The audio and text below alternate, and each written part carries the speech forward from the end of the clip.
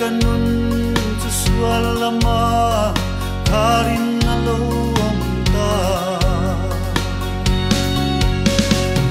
o kapa ro pui le thiang nim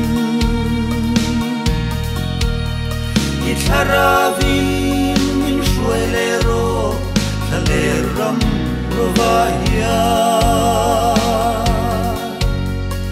keima mai chuan ka kal thiam lo lalpa min shuai le ro i chandam na chang ve turin lalpa karon pan che chatuan nun na chang tla tolo miswal mi maila swal zong zong tengai damin nun thar min pe ang che o kapa ro pui le thiang nim i tharavin min shuai le ro thale ram rovaya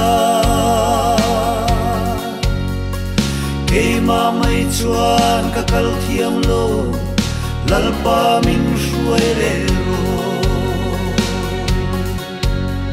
ka thei to ka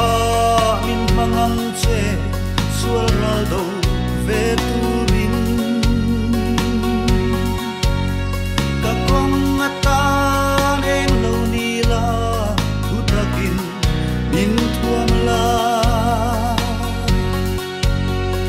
sual tur them na huna po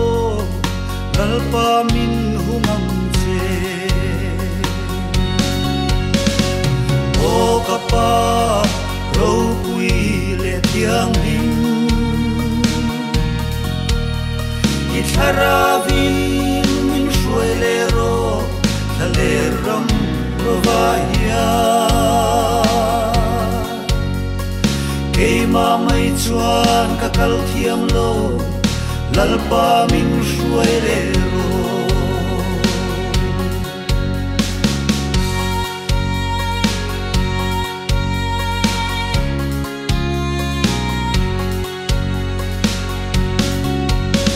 Sarabo te suan poeta shuai chua ve turia i tharavin min shuai le ro kalalpa ka pathia chatuan nun na nei velo ten nun na an nei na o kapa ro pui le thiang nim i tharavin min shuai le ro thale ram rovaya